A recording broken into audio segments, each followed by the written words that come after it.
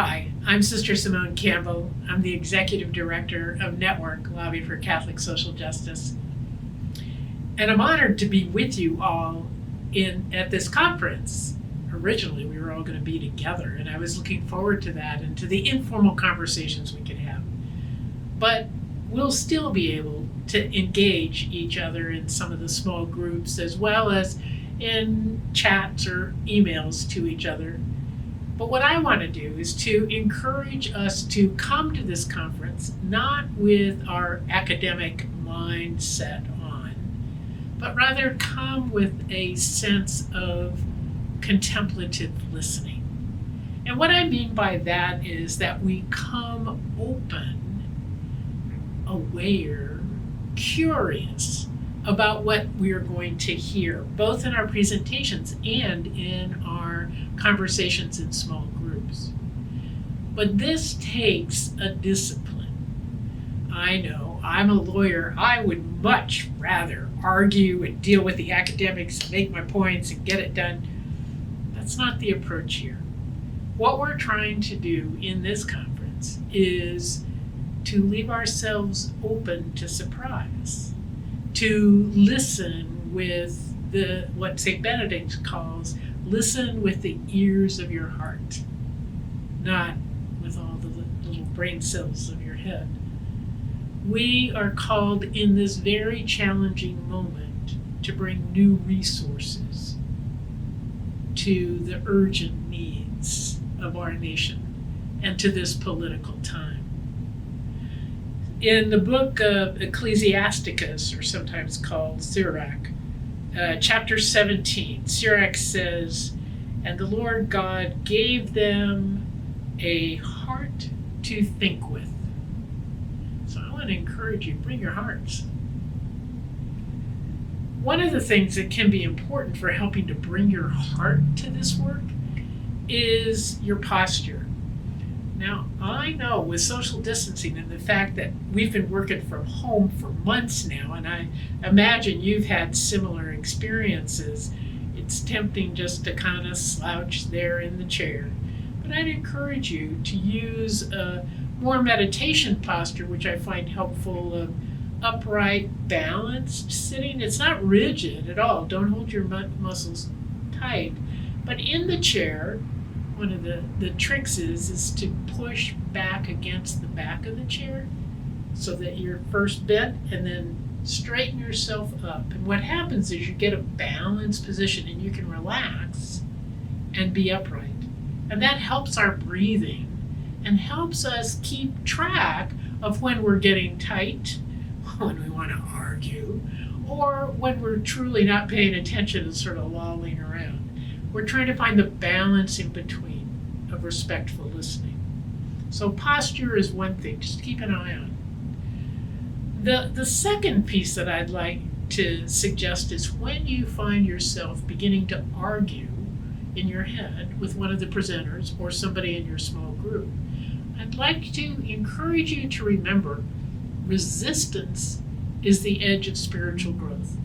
And what I've learned is when I begin to argue, there's usually something in it that I need to learn. I'm a little reluctant to do that because I do think I'm right, and if God would just move over for a day and I took charge, it would be okay. But the truth is, there's a lot I need to learn, don't we all? So be aware of your temptation to argue or resist and make a note of it. And then use that for your own spiritual growth, for your own reflection, for your own curiosity. Another piece that can help is what I call deep listening. And so what I suggest is during these 2 days that we have together, when we're not together, take some time to just listen, be quiet, follow your breath, see how the divine spirit might be bubbling up in you. It's this sort of listening that our world desperately needs right now. Listening with the ear of your heart. That, I believe, is something that we can accomplish in our time together. And then finally, as you reflect as you engage, not argue, as you look for moments for you to be more open and more thoughtful, more curious, then I also ask you to listen to what might bubble up for action or for change. Not to make a whole plan about, but just note it. Oh, that might be something I can do. I mean, we're going to have a lot of good information about faithful citizenship and the impact on legislation, and Archbishop Wester is going to talk about the role of the pulpit in these really challenging political times. We're going to have enough to think about. And then I'm going to add at the end some actual political legislative stuff that you could do as we come up to this election. But what you need to do, we want each one of you to do, is to listen with the ear of the heart to where you're being called. Because it's this contemplative listening that will ground us in the Spirit, make us aware of what needs to happen or what my part is. Now, sometimes we all want to do it all, or we don't want to do anything at all. What I've come to learn is everybody has a part to play. And the question is, what's your part? So use this contemplative time to relax your defenses, to open yourself up with curiosity to some new things that you might hear, and then listen to where you're being called. And at the end, hopefully, of these 2 days together, you'll have a chance to make a commitment maybe, or even just what you need to explore afterwards.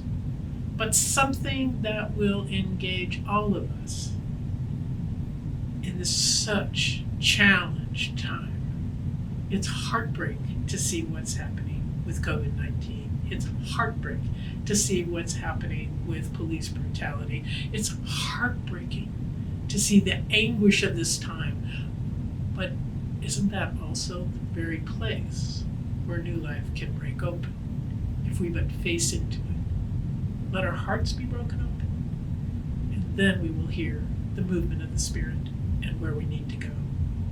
So, you ready? Sit up straight, get your breath, balance, and be prepared to listen to John Carr, who's going to talk to us about faithful citizenship in this really challenging time.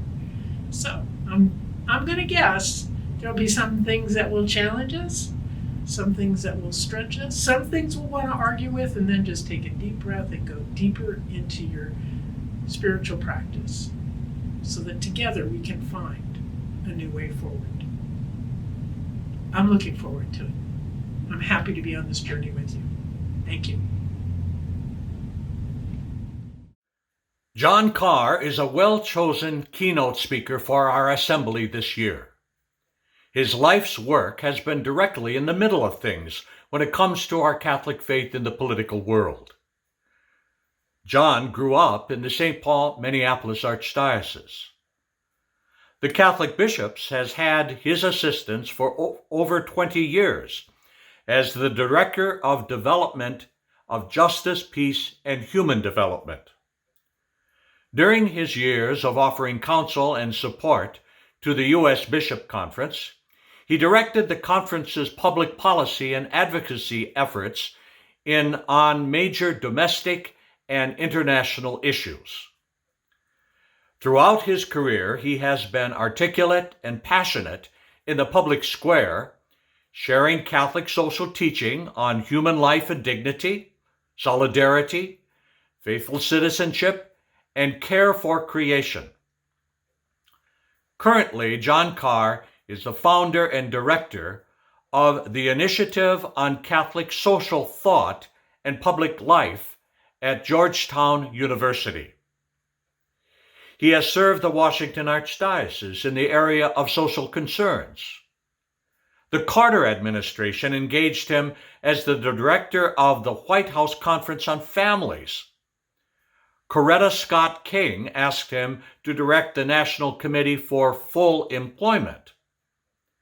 At times, he writes as a Washington columnist for America magazine. He is Harvard University Residential Fellow on Religion and Politics.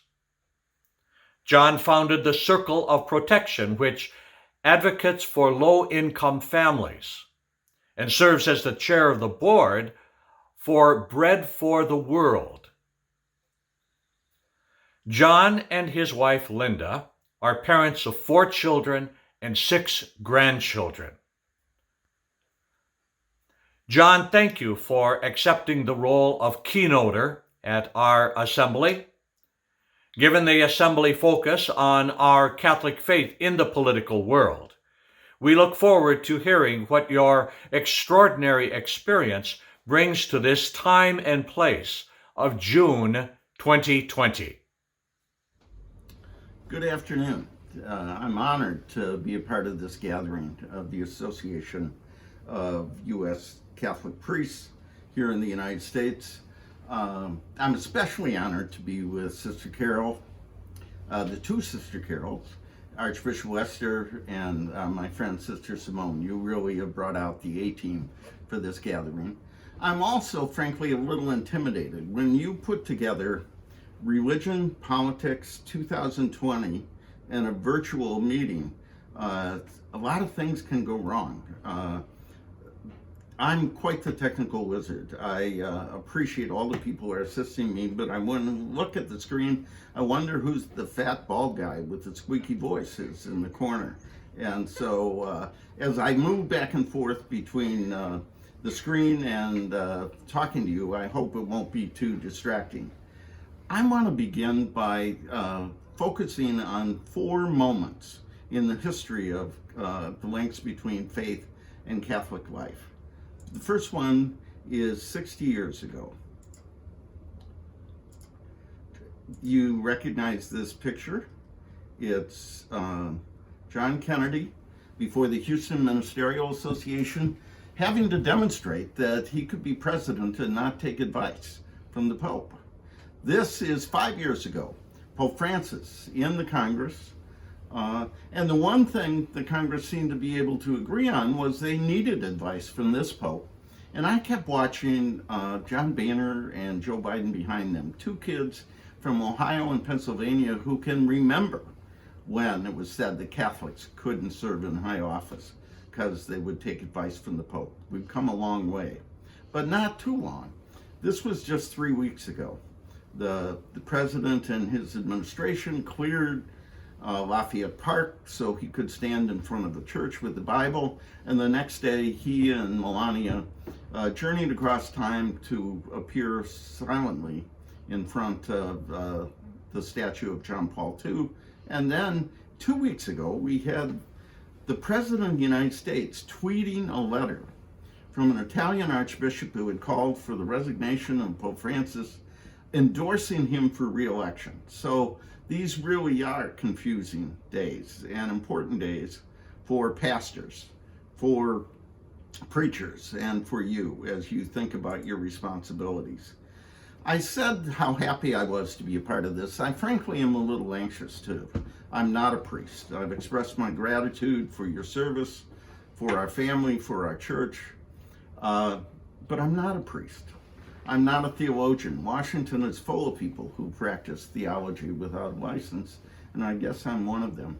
My situation reminds me a little bit of a story I often tell of a guest preacher at an important parish event who thought he had delivered a wonderful homily. And as he and the pastor stood in the back, most folks were very kind, complimentary. But one man came up at the very end of the line. He reached out his hand and he said, "You talk way too fast, and you really had nothing to say." It wasn't very helpful. Well, obviously this concerned the preacher. He turned to the pastor and he said, "Who is this guy and what is his problem?" And the pastor said, "Don't worry about him. He just goes around repeating what everybody else is saying." I know I'll talk too fast. I'm trying to cover a lot in an hour. I hope it might be helpful, but I'm glad I'm not standing in the back after this is over. Despite my outsider status, I do bring some perspectives. I think part of the reason I'm here is my service at the United States Conference of Catholic Bishops for more than 25 years. I've worked on faithful citizenship. It was a great job, but it was a tough time. I served in the middle of the sexual abuse crisis. I was the parent of teenage boys. Another reason I'm probably here is our work at Georgetown. Our initiative on Catholic social thought in 7 years has conducted almost 100 dialogues at the intersection of faith and public life, reached almost 40,000 people. There is a hunger for a moral vocabulary, for a way of thinking about politics that goes beyond power and self-interest. And the third reason, I guess it's sort of a truth in advertising thing I should tell you. I'm a product of a mixed marriage. Both my parents are Minnesota Catholics, but my mother, who's from St. Paul, my dad's from Minneapolis, that's a big deal. But more importantly for this talk, my mother and her family are absolutely committed Republicans, and my dad's family diehard Democrats. I learned at an early age that we can express our faith, act on our values in different ways and in different parties. So here's what I'm going to try and do. I'm not going to tell you how to vote. I'm not going to tell you how I will vote. That's not our role today. I am going to try and talk about the principles, the criteria, and the reasoning of the bishop's document on faithful citizenship. Here's how I am going to divide up our time together. I'm going to focus first on mission. What is your mission as priests in terms of faithful citizenship? Just a little bit on the context we face, some of the assets we have as a community of faith. Then what is the message of faithful citizenship? And finally, as time permits, some directions and dangers for you as pastors and as preachers. It's important to start with mission. What brings us together is not politics ideology. As the slide suggests, we're not the Democratic Party of Prayer. We're not the Catholic caucus of the Republican Party. We're part of a community of faith, not a political action group. We're advocates of life, dignity, and justice, not an interest group. And you as priests, you're not political leaders. You're called to preach the gospel, celebrate the sacraments, and build up the body of Christ. What is our mission? What is your mission in faithful citizenship? The mission of this association is an impressive one, offering mutual support and a collegial voice in the vision of Vatican II, I think, as a voice for the mission and message of Pope Francis. But the best mission I've read is in St. Luke's Gospel. The words are familiar to you, the words of Isaiah. Jesus was called to bring good news to the poor, liberty to captives, new sight to the blind, and set the downtrodden free. What does it mean to bring good news to the poor in an economy reeling in the middle of a pandemic? To provide liberty to captives when so many are struggling to overcome injustice and discrimination and racism, when we can be blinded by prejudice and partisanship, when whole communities lack hope. And then Jesus later said in the Gospel of John, I have come to bring life and bring it to the full.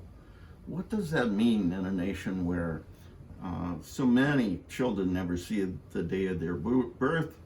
And frankly, we have been watching young men die in the streets of our city. In carrying out that mission, faithful citizen is an integral part of it. And I would suggest that the most countercultural thing the church teaches is not that all life is sacred. It's not that the poor ought to come first. It's not that war ought to be a last resort. It's that politics is a good thing, that participation in public life is a moral obligation. Here's my definition of faithful citizenship. We are called to use the resources of our faith and the opportunities of our democracy to defend the life and dignity of all God's children, to protect and care for the least of these, to work for peace and solidarity, to care for creation, and to contribute to the common good. That's my definition of what faithful citizenship is. In a country where people don't like to talk about religion and politics, I always try and explain what it's not. It's not about the religious practices of politicians. It's not whether Joe Biden made his Easter duty. It's not whether Donald Trump goes to church or knows what's in 2 Corinthians. It's not how they're affiliated or how they act as members of a religious community. It's not about the political clout of religious groups, although we talk about the evangelical vote or the Jewish vote. My sense is people who talk about the Catholic vote don't know many Catholics. They certainly don't know my family. I love to tell the story, I think E.J. Dion gave it to me, of Mrs. O'Reilly. Mrs. O'Reilly was from Chicago. She loved her faith, her family, and the Democratic Party, not necessarily in that order. And she and her son, who had become a Republican, were arguing on election day. And the young man said to his mother with some irritation, if Jesus Christ himself came back as a Republican, you wouldn't vote for him. And she looked at him and said, well, why would he change his party affiliation after all these years? Well, that may be true for Mrs. O'Reilly, but it's not true for a lot of us. We're probably the only swing vote left in American religious life. And it's certainly not about our pastors or our bishops telling us how to vote. We don't need Catholic Jesse Jacksons or Jerry Falwells. In fact, this is a poll from the Pew organization that says by a margin of more than 3-1, Catholics do not want their priests, their pastors, to be endorsing candidates. That's not part of our tradition. I'm sure that's not something you do, but you're on solid ground there. So if it's not those things, what is it? I think Pope Benedict XVI put it best. It's not the church's responsibility to make this teaching prevail in public life. Rather, we wish to help form consciences, to stimulate greater insight into the authentic requirements of justice, as well as greater readiness to act, as you can read with me, even when that involves situations of conflict with personal interests. So it's not our responsibility to impose our doctrine. Rather, we seek to form consciences of believers so we might understand better what justice requires, so that we might even act even when it conflicts with our own interests. Now, Pope Francis quoted the U.S. bishops in saying that responsible citizenship is a virtue and participation in political life is a moral obligation.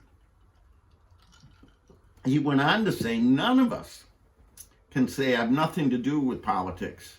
No, I am responsible. I have to do my best by participating in politics because politics is an expression of charity because it serves the common good. So we are responsible. It's a moral obligation and it's an act of charity because it serves the common good. Now, I'm sure in your parish and other places, people will say, whoa, whoa, whoa, whoa, whoa. This kind of talk is not appropriate. It's a danger to put faith and politics together. We need to push back against that because we as believers have the same rights, same responsibilities, no more, no less.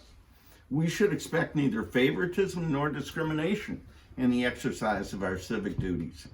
And I am one who believes that politics and faith actually enrich each other. That when people bring their deepest convictions about life and death, about war and peace, about who moves ahead and who gets left behind, we enrich political life, because if it's not about fundamental values, then it's just about power and money and ego. If that's our mission, to form consciences, to bring good news to the poor, liberty to captives, to offer faithful citizenship, what is the context in which we do that? Well, you know this in your own ministry and your own hearts.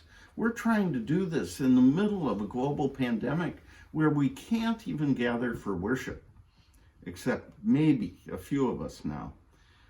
This has swept through our country. It has touched all of us. I will never forget the image of Pope Francis in the middle of that empty St. Peter's Square, talking about the virus that is touching all our lives, but also the virus of indifference and selfishness. And the one thing we know about COVID-19, while it touches all of us, it disproportionately touches the poor, the weak, the old. African Americans are twice as likely to die of this terrible illness as the rest of us. So we're a nation in crisis. You experience this in your own community. Racism, the cliche is it's our original sin. It's our open wound. Each of us has to look at our own conscience, our own experience for the way in which we have been privileged, the way in which we participate in this crisis. I grew up in Minneapolis. I grew up less than 2 miles from where George Floyd, was killed. We may have lived in the same city, but we grew up in different worlds. I served in the Archdiocese of Washington, and we take some pride in the fact that we desegregated our schools and our parishes before the law required it. But what that meant is we had segregated parishes and schools. Jim Crow lived in the Archdiocese of Washington. I worked at the United States Conference of Catholic Bishops. We've done 3 pastoral letters on racism.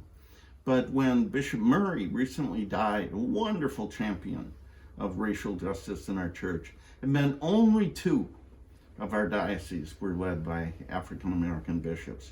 And I am honored to serve at Georgetown. Our initiative has found a great home there.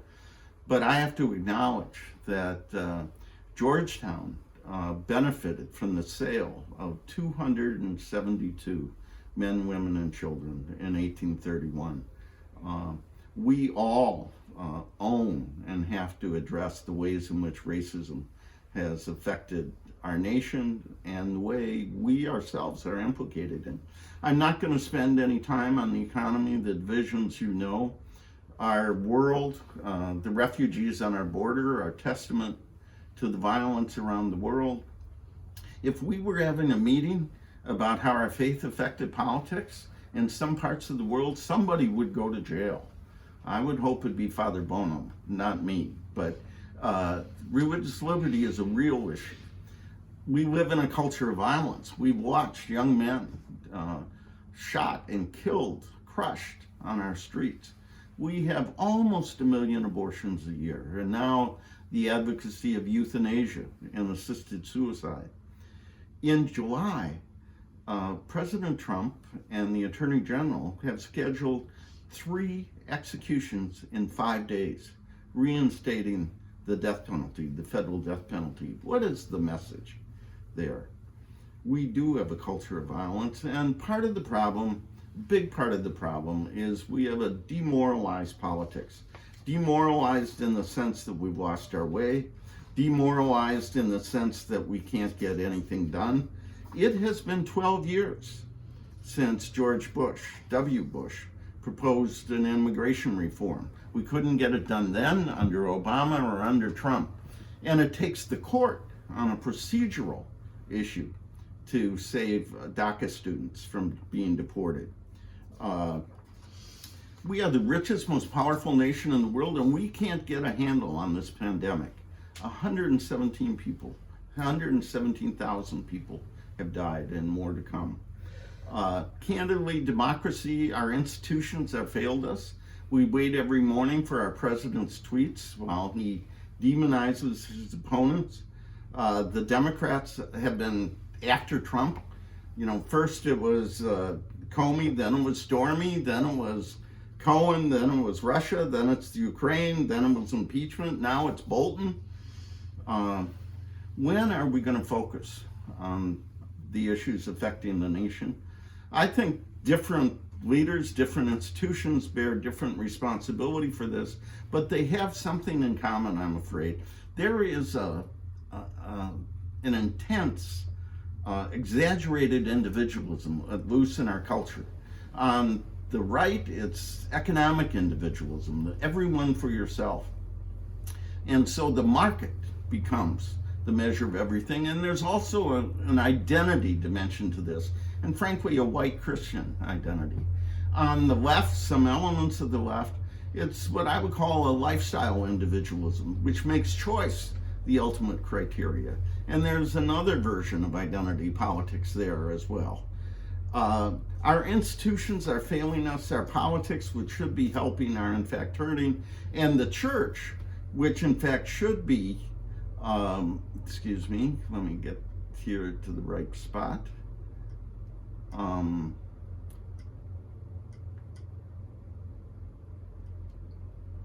There we go. I told you a combination of technology and politics was a dangerous one. We're a wounded church, and some of that you know well, just passing on the faith, openness to women, inclusion of other voices, reflecting the diversity. The polarization in public life is now showing up in our churches, but there are these fundamental twin crises of sex abuse and the leadership which permitted it. And all the costs, human, spiritual, moral, and financial, and credibility. Our initiative has done a lot. We've actually done a dozen sessions on this. I'm not going to spend much time on this. One of the things I learned is that silence is a big part of the problem. I've been dealing with this personally, professionally, institutionally for 50 years. And finally, I had to acknowledge and end my own silence. I'm a survivor of clergy sexual abuse when I was in a high school seminary. I'm not going to take time to tell you the ways in which I think we need to overcome that, but I do want to say this has cost us in terms of our role in public life.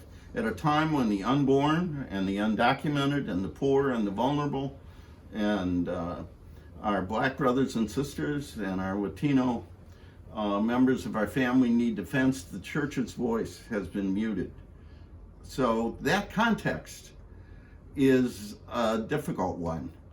I haven't mentioned the good things. We have the Constitution, we have our sacraments, we have the gospel, we have our democracy itself, but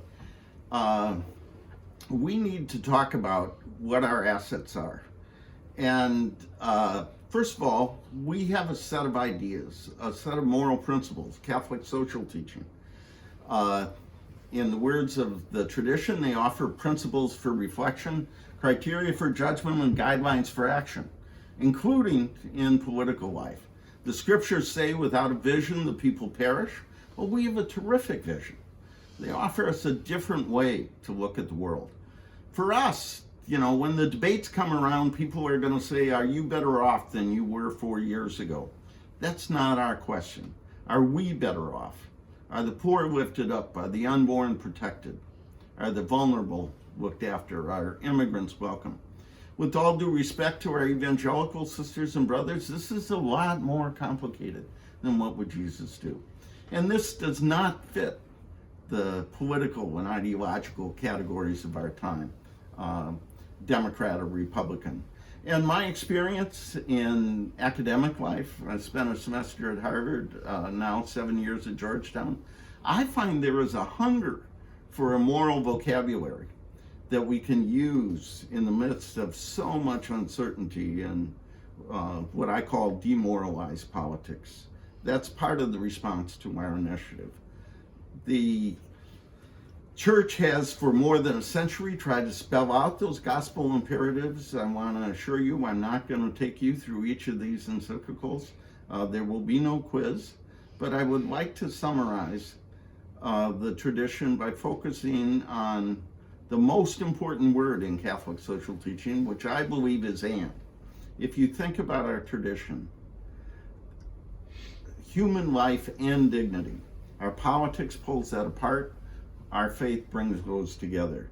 Human rights and responsibilities. If you go on Capitol Hill, some talk a lot about rights, others responsibilities.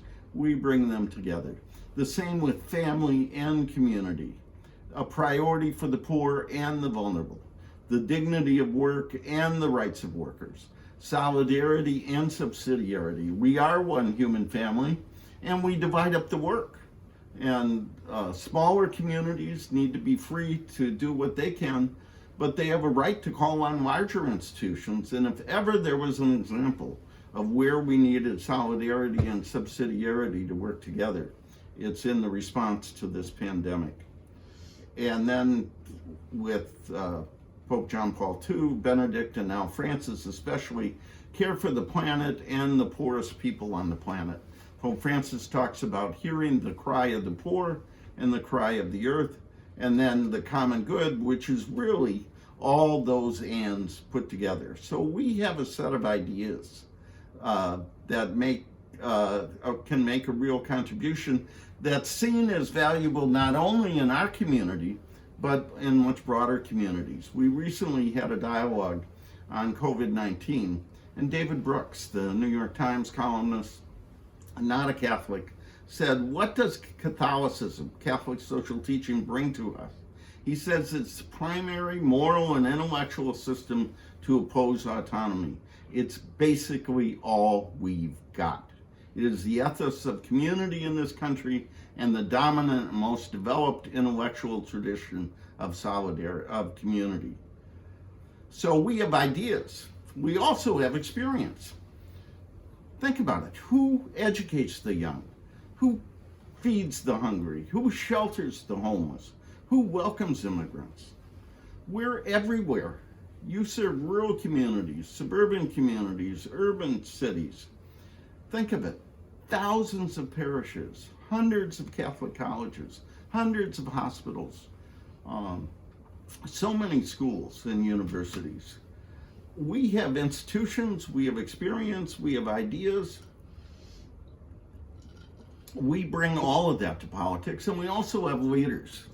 Think about the pastors that are on this virtual call. Think about Sister Carol Zinn and Sister Carol Kean and Archbishop Wester and Sister Simone. And especially think about the leadership of Pope Francis.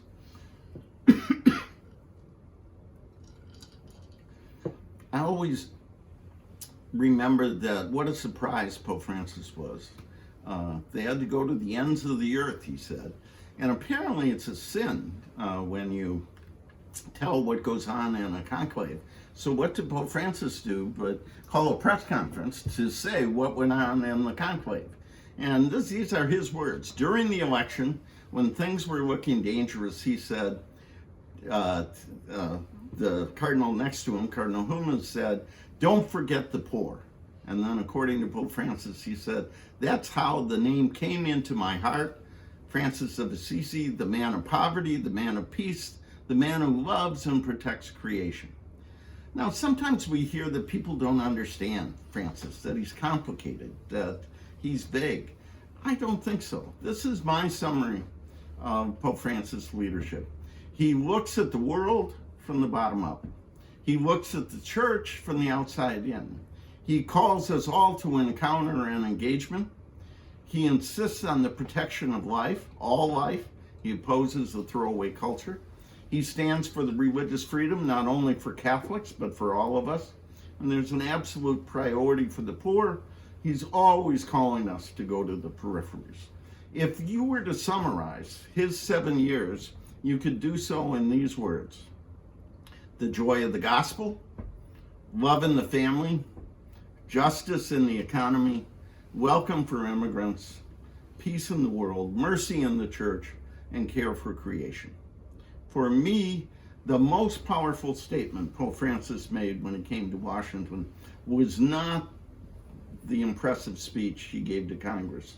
It was when, after the speech, he went out on the steps of the Capitol, waved to all the rest of us, and instead of going back to have lunch with the most powerful people in the country, he went downtown to be with the hungry and the homeless. He gave us all an example that we should follow, and frankly, so should our leaders. The other assets we have are our people. I said without a vision, the people perish. Without a people, the vision is visible. So there are a lot of us. In the words of one of the experts, there's no Catholic vote, but it's really important. Catholics have voted for 11 of the winners in the last 12 elections. They're divided. We're not monolithic, but I kind of think of us in this way.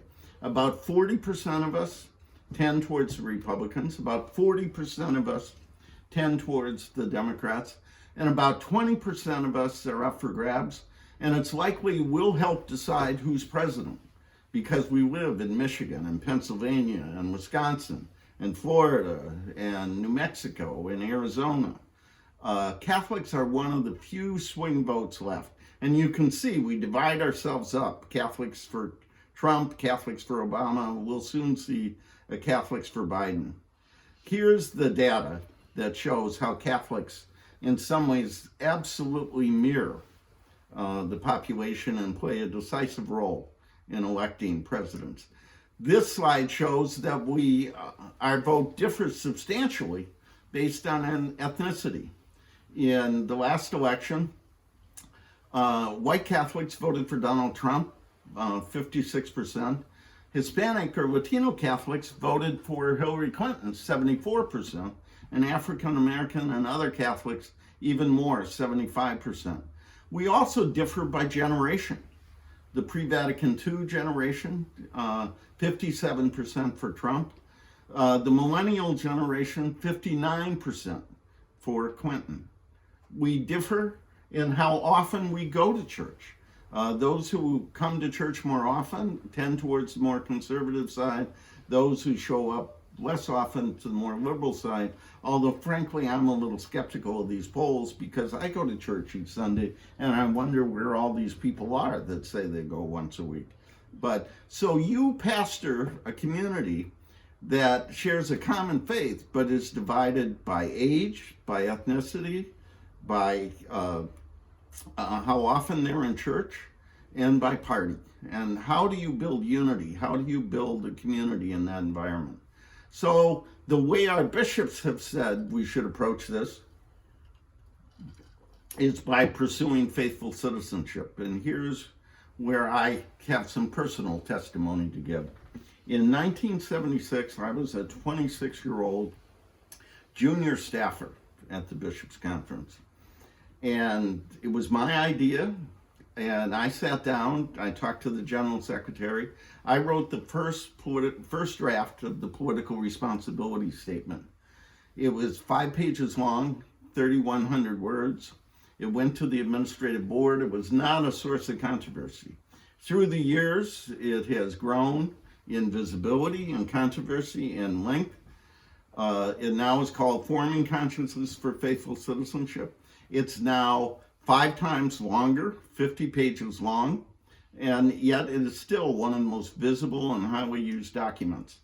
It takes its name from that passage I already shared with you of Pope Benedict. Our task is to form consciences in political life. Some of you, let me make an adjustment here. Some of you may ask why the document is so long, so cumbersome. It's put together by a committee. It tries to reflect the priorities of the entire conference. And over the last 2 times they've considered the document, they simply reissued the document that they already had. Some people say, why is that? Candidly, and I could be wrong about this, but my sense is that the document that was adopted 8 years ago was an intricate, complicated compromise, a consensus among different committees that have different views of how the church ought to teach and act in public life. And if you pull that apart and start over, you may not be able to put it together again. I've worked with committees at the conference. I admire our bishops, but it's not an easy task. When limbo went into limbo, I said to one of the bishops, I never understood limbo. I don't feel bad about its demise, but don't mess with purgatory because working for you has to count. It can be excruciating to watch our bishops try and pull this together. And so it can be long, it can be verbose, it can be difficult to use, but I think this document offers criteria, it offers principles, and it offers directions that can be useful to us. In the last time the bishops discussed this, there were two things that happened which were significant. One, a group of bishops said this document is dated. It's not usable, it's too long, it doesn't reflect the priorities and the passion of Pope Francis, we should start over. That was rejected. Others said, let's stay with what we've got, but let's write our own letter at the beginning. And the most significant thing they did was they said, and this was contested, that the threat of abortion remains a preeminent priority because of the lives it takes, because it impacts the family. And let me see if I have that language here. I don't think so, but let me see. No, I'll get there. But, and then goes on to say, but other issues are really important, but it placed abortion really at the center of the document. I am a committed pro-life Catholic. I try and be consistent about the consistent life ethic. I've been at virtually every March for Life. It is, it gets younger and younger, and frankly more uplifting every year.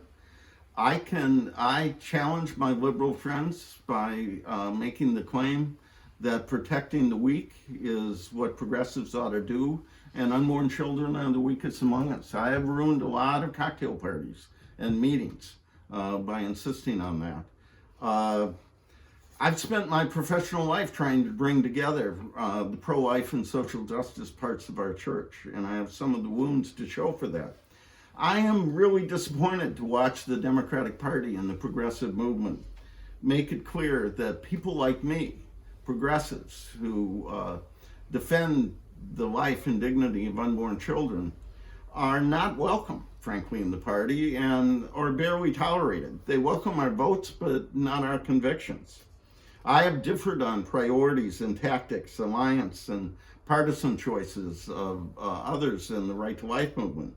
And I differ on this formulation of our priorities. For me, abortion itself is not the preeminent priority. I think the fundamental cause for Catholics in public life is the protection, the promotion of the life and dignity of all God's children.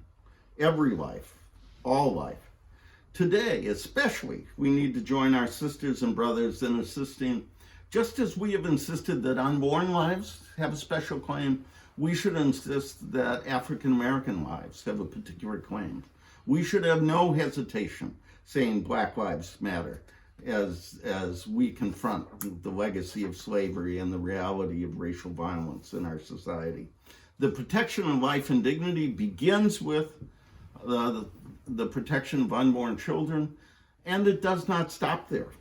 In a year of a deadly pandemic, watching the deaths of African Americans in our streets, reinstatement of the federal death penalty, increases in hunger, the human costs of denial of health care, and the reality of suffering around our world, the fundamental priority for Catholics in public life needs to be the protection of all life and dignity wherever it is threatened. The document says we're to explore these and to express these priorities by using our conscience and by exercising prudence. Conscience, we sometimes use as a way to get to what we want to do anyway. I don't see it that way. In my experience, conscience is about doing the hard things, not an excuse for what I want to do anyway. Conscience challenges our assumptions, our moral indifference, our get along, go along instincts. Conscience is the voice in our heart we don't often want to hear, whether it's standing up for the unborn when it's unpopular, when it's challenging racial language or judgments when it's awkward. Prudence is not a get out of jail free card. You can't say I'm a liberal Democrat, I don't need to think about the unborn. That's simply a prudential judgment. I'm a conservative Republican. Immigration is a matter of prudential judgment when we're separating babies from their mothers at the border. I'm pro-life. I don't have to worry about questions of character in our leaders. Prudence calls us to apply moral principles, not ignore them, not twist them to support our ideological or political preferences. To say something is a matter of prudential judgment is the beginning of the discussion, not its end. So what does faithful citizenship say to us in 2020? And here I'm going to use the actual words of the document. As Catholics, we are not single-issue voters. A candidate's position on a single issue is not sufficient to guarantee a voter's support. Yet, if a candidate's position on a single issue, an evil act, such as legal abortion, and such as racist behavior, let me get this right, may legitimately disqualify a candidate from receiving support. We've had a lot of focus on the intrinsic evil of abortion. We need more focus on the intrinsic evil of racism. Goes on to say, there may be times when a Catholic who rejects a candidate's unacceptable position may reasonably decide to vote for that candidate for other morally grave reasons. You do that not to advance our own interests or our partisan preferences or simply to ignore that fundamental evil, but because there are other important priorities and values at stake. And here I think is a key piece in the document. When all candidates hold a position that promotes evil acts, you have a dilemma. The voter may decide to take the extraordinary step of not voting for any candidate. Some people vote for a third-party candidate as a matter of conscience. But others, after careful deliberation, may decide to vote for the candidate deemed less likely to advance such a morally flawed position and more likely to pursue other authentic human goods. And then a statement that I think should get more attention. These decisions should take into account a candidate's commitments, character, integrity, and ability to influence a given issue. In the end, this is a decision to be made by each Catholic, guided by a conscience formed by Catholic moral teaching. In my little parish, diverse in every way, I know people who are just going to vote their party, frankly, their prejudices, their pocketbook. Some of my pro-life friends, that is the fundamental issue for them. They say, we got to have the courts. I sometimes remind them that 14 of the last 18 justices were appointed by Republicans, and I don't know where that got you, but I respect that. Others, our parish has a vibrant Latino community. I can't dispute someone who says whether members of my family are going to be deported, whether young people who have lived their whole life in this country are going to lose their place in our society. That's decisive for me. I can't dispute that. And our school is primarily black, and there are black and white families that focus on racism as crucial evil in our society, wondering what kind of society their kids are going to grow up in. Others focus on the existential threat of climate change. I'm not going to tell any of them that their conscience, their moral imperative is wrong, and they ought to think like me, or they don't belong in our family of faith.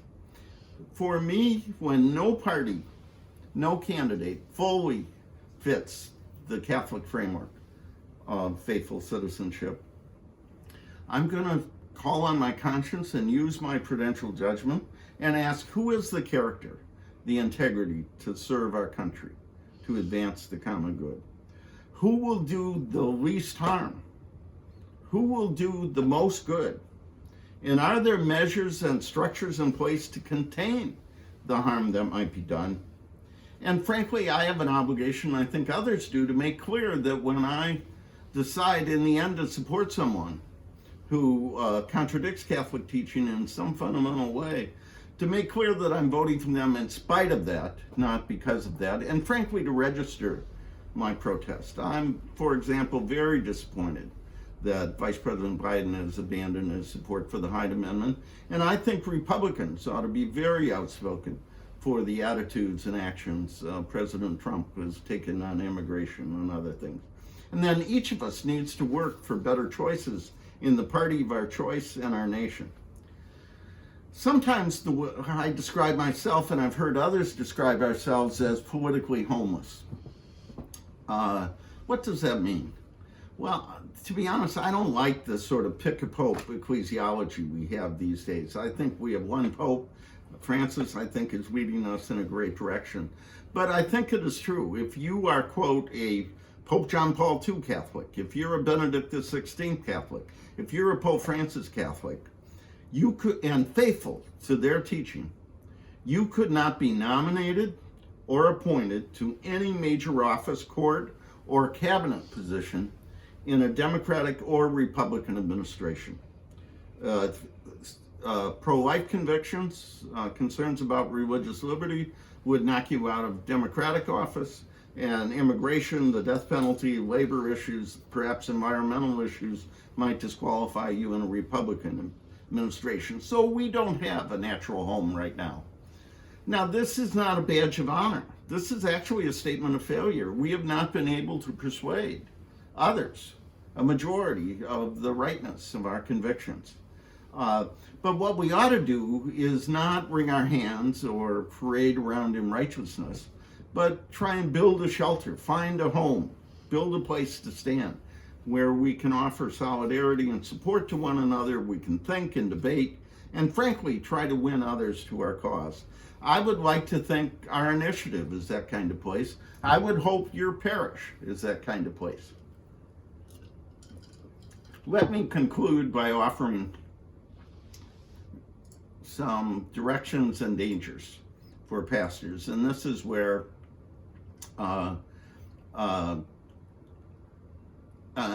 before that, the key question, I think, for many of us, each of us, is does your faith shape your politics, or do your politics shape your faith?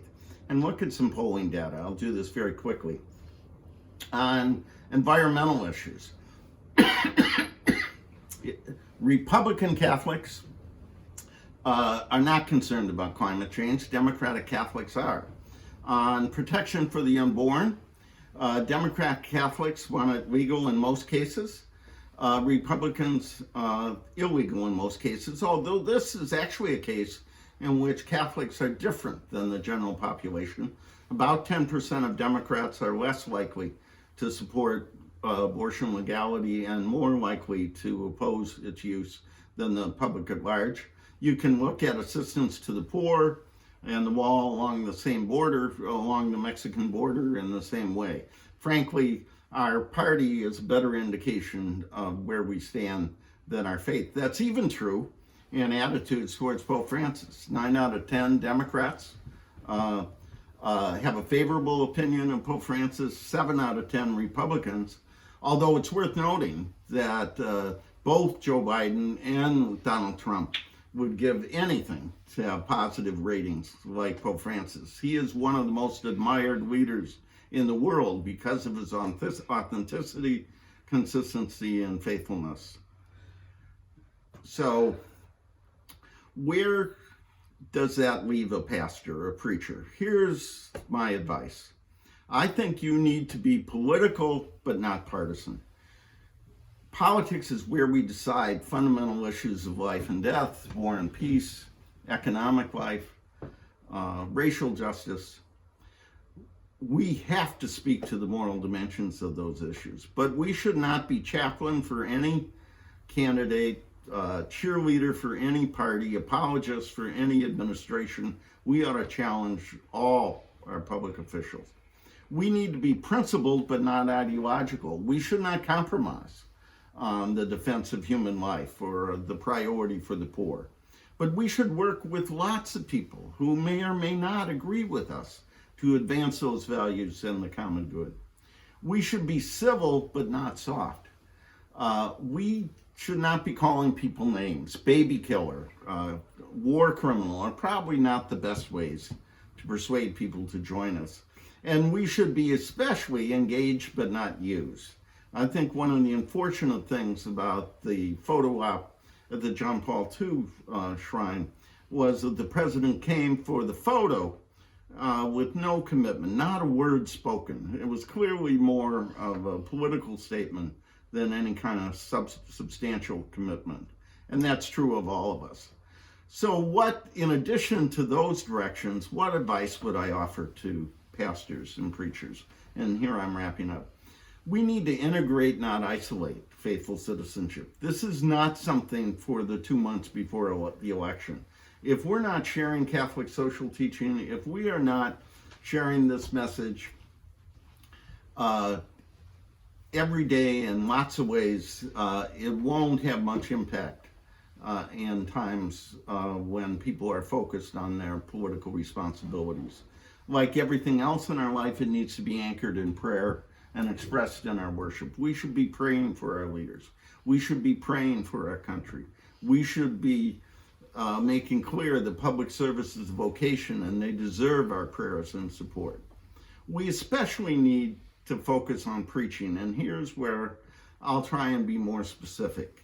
I can't imagine more difficult task than trying to preach about faithful citizenship at a time when we are so divided and when politics brings out the worst in us. But here's some advice for what it's worth. I hope you will affirm our participation and challenge our assumptions. Remind us of our moral principles and warn us about our prejudices. I think you should be restrained. I think you should tell us what you're doing and not doing, that you're trying to share the gospel and you're not telling people how to vote. Remind us of the opportunity and obligation, the call to participation and not partisanship that is a part of our message. Share the principles of Catholic social teaching, the message of forming consciences for faithful citizenship. Candidly, good questions are better than easy answers. Ask people, how do you sort through the difficult choices that our faith challenges as citizens in the most powerful democracy? The USCCB and other organizations, I know Network has them, I'm sure others do as well, use those resources. And my advice, and I need this myself, is we need to be consistent about the consistent life ethic. It's not a tool you use to challenge others, it's a test to apply to yourself. Are you consistent and persistent in defending life, all life? Remind us that our responsibility extends beyond the election. Many of us are involved. Network is an example. Bread for the World, the Right to Life movement, Catholic Climate Covenant. There are lots of ways we work in public life to advance our values.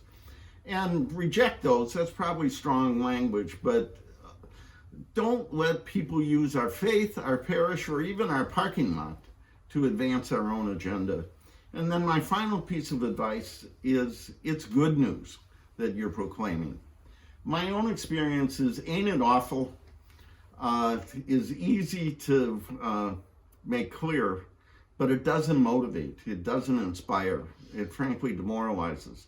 We can do better calls me forward, it encourages me. So I think when it comes to faithful citizenship, we need to say we can do better. I've actually written a piece on this. You can get it in the Handbook for Catholic Preachers, and you'll get more detail. Let me wrap up by saying this is a question of leadership. And here I think there are two kinds of leadership. If you think the culture, the politics, has overwhelmed us, then we hunker down and we try and preserve and protect what we have. And I can understand that. If you think we have in our teaching, in our experience, in our values, what the world needs, what our country needs, then you engage and persuade. Mark Shields has a terrific way of describing this. He says you can tell the health of an organization by whether they're looking for converts or heretics. You need to be looking for converts. other dangers and directions. To be credible on faithful citizenship, we need to practice these principles ourselves that we recommend to others. Overcoming racism, respect for diversity, respect for the rights of workers, openness to the contributions of women, people with disabilities. We need to demonstrate that we not only advocate those, we act on those. And then finally, we're in this together. In a time of so much division, someone needs to remind us that we belong to one family. You cannot be a chaplain to factions. You know how it is. You got the pro-lifers here and the social justice folks here, Latinos over here, Anglos here, the school people, the religious ed folks, liberals, conservatives. You need to build bridges and remind us we belong together.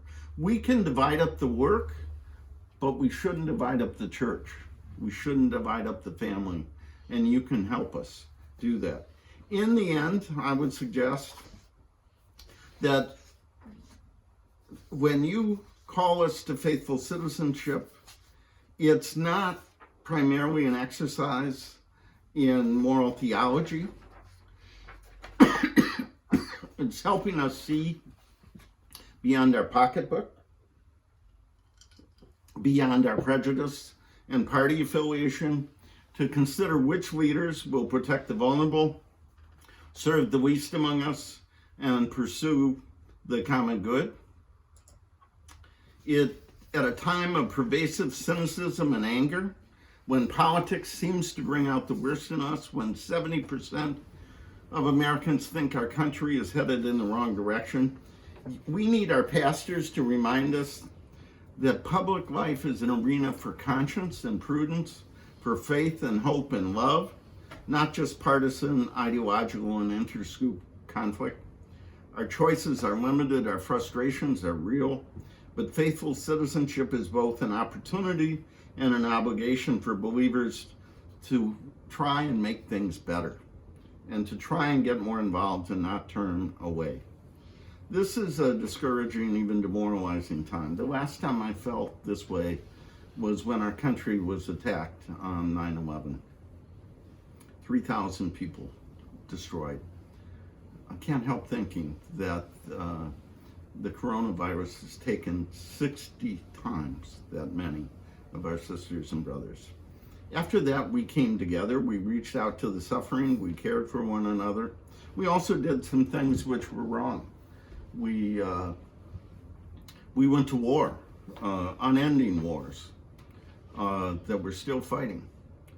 But at a time when we seem to be tearing ourselves apart, when frankly our leaders are dividing us, our church seems often as divided as our nation, we need to remind ourselves that our faith calls us to solidarity, to care for one another. After the election, someone is going to have to help us heal some of these wounds. We're going to be an angry, divided country. And I would hope our faith, our pastors, our church would remind us that what we hold in common is a concern for the weak, a sense of family, and a commitment to defend the life and dignity of all. I mentioned 9/11. I remember shortly after the attack, I was on an effective pilgrimage to Ground Zero. I was with a group of priests like I am today. And it was an overwhelming, personal, spiritual, physical experience. The fires were still burning. The smoke was still rising. Twice while we were there, everything stopped while they brought out pieces of people. And as we were there, a priest grabbed my arm and he said, "John, what we were talking about last night, human life, human dignity, solidarity, justice, that's the only way we're going to overcome this hate, this horror." And he said to me, "John, the work you're doing at the Bishops' Conference is more important than ever. And I turned to him and I said, Father, thank you. But the work you are doing every day in your parish, in your pulpit, to proclaim the gospel, to celebrate the sacraments, to remind us we're sisters and brothers, to practice faithful citizenship is more important than ever. And so at this time of a pandemic, of a racial crisis, in a wounded church, in a hurting nation, your work to share the message of faithful citizenship is more important than ever. And I thank you for it. Thank you, John, for that presentation.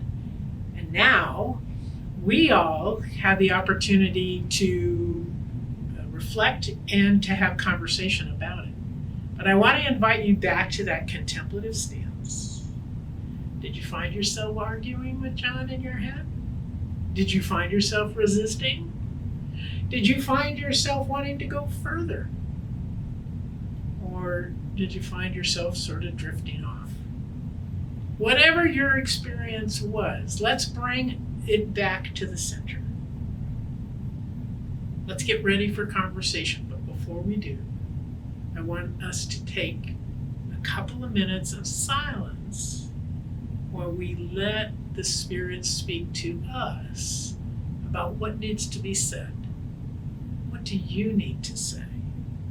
And what needs might the group have? So let's just take a minute or two of silence and let that percolate up.